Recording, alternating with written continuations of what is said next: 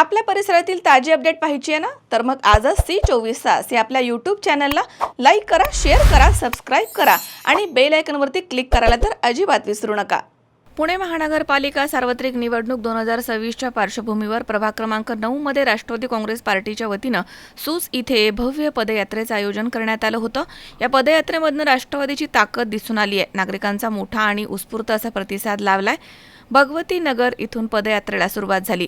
पारखे वस्ती, शिवबा चौक, बालमित्र मंडळ, मुंजाबा चौक, वाडेश्वर मंदिर, पंचरत्न मंडळ असा मार्गक्रमण करत पदयात्रेची सांगता भैरवनाथ मंदिर इथे आयोजित जाहीर सभेनं करण्यात आली आहे. पदयात्रेदरम्यान ठिकठिकाणी फुलांचा वर्षाव, जोरदार घोषणाबाजी आणि नागरिकांचा सक्रिय सहभाग बघायला मिळाला. अनेक नागरिकांनी उमेदवारांशी थेट संवाद साधत आतापर्यंत झालेल्या विकास कामांचं कौतुक केलंय. तसेच येणाऱ्या निवडणुकीसाठी राष्ट्रवादी काँग्रेसला जाहीर पाठिंबा दर्शवलाय. पदयात्रेमध्ये सूस परिसरामधील ग्रामस्थ, ज्येष्ठ नागरिक, महिला, युवक तसेच पक्षाचे पदाधिकारी आणि कार्यकर्ते मोठ्या संख्येनं सहभागी झाले होते. यामुळे संपूर्ण परिसरात उत्साहाचं वातावरण निर्माण झालं होतं.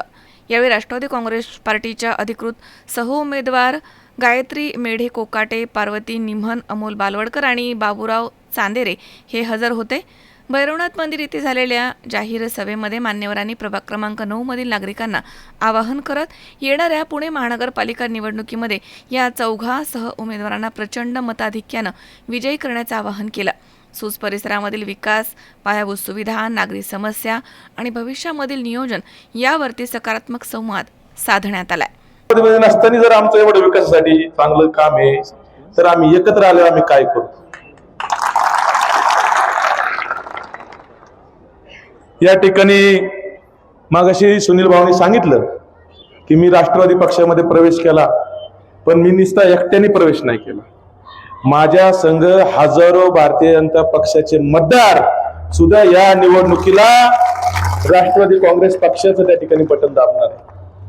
कारण राष्ट्रवादी काँग्रेस पक्षाचे नेते, या राज्याचे उपमुख्यमंत्री, या महाराष्ट्राच्या कामाचा माणूस अजितदादा पवार यांनी मला पुनर्जन्म दिलेला आहे, राजकीय पुनर्जन्म दिलेला आहे. झालेल्या घटना गेल्या, संघर्षाचा मधला 2-4 दिवसाचा काळ होता तो गेला. आता वातावरण एकदम चांगलं झालंय. आता फक्त हसी मजाक मधलाच प्रचार चालू राहिलाय. आता टेन्शन पलीकडच्या पार्टीला आहे, आता टेन्शन आपल्याकडे नाहीये. या ठिकाणी काल सूसमध्ये आता मला एक भाषण करताना सारखे माझे सहकारी सांगतात, तू बाबा शांतीने घे, जास्त कुणावर टीका करू नको, जास्त कुणावर बोलू नको. आता मी काय कुणावर बोलतोय का?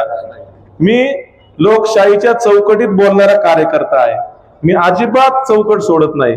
आता मी शांत बसलोय 2 दिवस, मी काय बोललो नाही. पण काल चंद्रकांत दादा पाटील तिथं पुढे आले, माळून मध्ये आले.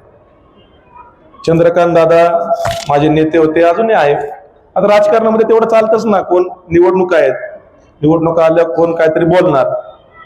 चंद्रकांत दादा म्हणले महाराष्ट्रामध्ये 1 नंबरच्या मताने भारतीय जनता पक्षाचा उमेदवार निवडून येणार. आता काय बोलायची गरज आहे का? मी काय 2-3 दिवस काय बोललोय का? भविष्य करायची काय गरज आहे का?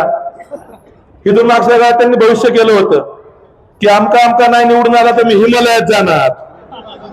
बोलले होते का नाही? झालं भविष्य खरं त्यांचं? गेले का ते हिमालयात? मग यावेळेस हुशार झालेत ते. यावेळेस काय म्हणले, असं झालं, भारतीय जनता पक्षाचा उमेदवार निवडून येणार, मी भविष्य, आणि नाही आलं तर काय करणार ते नाही सांगितलं. त्यांना 100% माहिती आहे की या भागामध्ये कामाचीच माणसं निवडून येणार. सूस माळंगाला पाण्याचा प्रश्न गंभीर आहे. अनेक रस्ते विकसित करायचे, ड्रेनेजचे प्रश्न सोडवायचे. केवळ ग्रामस्थांच्या अडचणी नाही, तर या भागामध्ये कर्ज घेऊन, घर घेऊन, फ्लॅट घेऊन राहणारे अनेक नागरिक बाबूराव चांदेरे आमच्या संपर्कात आहेत. त्यांची जी अवस्था आहे ती आम्हाला माहिती आहे. सोसायटीमध्ये पाणी येत नाही, टँकरचं पाणी पुरत नाही, जायला रस्ता नाही, महिला भगिनी कशा गाड्या चालवतात त्यांना माहिती, इथली वाहतूक कोंडी आपल्याला माहिती आहे. बऱ्यापैकी आता मधला रस्ता आपण मोठा केला त्यामुळे ती कमी झाली. पण कधी शनिवारला लग्न असेल तर या सूसमधनं जायचं म्हणलं तर सगळ्या पाहुणे मंडळीला टेन्शन येतं का नाही?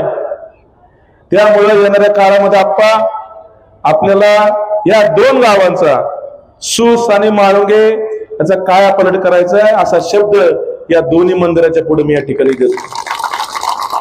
आमचं सांगतो महाराष्ट्राच्या निवडणुकीमध्ये एवढी यंत्रणा कुठं लागली नाही, एवढी यंत्रणा एका कार्यकर्त्याला हरवण्यासाठी लावलेली आहे. पण हा कार्यकर्ता सुद्धा इथल्याच मातीतला आहे, या पंचकृषीतला आहे आणि याच्या मागे ही मायबाप जनता तुमच्या सर्वांचा आशीर्वाद आहे. मागाशी त्या ताई म्हणल्या की चांदेरे आणि बालवडकर यांचा कायम संघर्ष व्हायचा, पण मी या ठिकाणी हक्काने सांगतो की आमचा संघर्ष कधी कुठल्या वैयक्तिक गोष्टीसाठी कधी चालला, या भागातील विकासासाठी झाला. कोण विकास जास्त करते त्यासाठी झाला, कोण जास्त निधी आणते त्यासाठी झाला. ही खऱ्या अर्थाने विकासासाठी संघर्ष असला तर खऱ्या अर्थाने आपल्या भागाच्या विकासासाठी चांगली गोष्ट आहे. या बाणेर, बालडी, पाषाण, सुतारवाडी, सोमेश्वरवाडी आणि सुसाने माळुंगेमध्ये राष्ट्रवादी काँग्रेस पक्षाच्या वतीने हे जे 4 उमेदवार तुमच्या समोर आहे, यातील 2 तुमच्या कामाची माणसं आहेत, तुमच्या सगळ्याला माहिती आहे. बाबूराप्पा चांदेरे आपल्याला माहिती आहे की रोड मध्ये स्पेशलिस्ट आहे, आणि अमोल वालकर तुम्हाला माहिती आहे की पाण्यामध्ये स्पेशलिस्ट आहे. बाणेरवाडीचा पाण्याचा प्रश्न त्या ठिकाणी अभिमानाने सोडवला असं सांगू शकतो मी. आज त्या भागामध्ये 95% पाण्याचा प्रश्न नाहीये, आणि आप्पांच्या माध्यमातून त्यांनी अनेक रस्ते त्या ठिकाणी केलेले आहेत.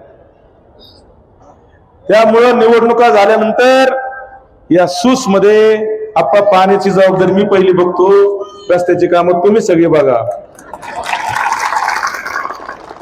निवडणूक झाल्यानंतर, निधी आल्यानंतर मला तर शंका वाटते आप्पा त्यांच्या घरी जातात का नाही.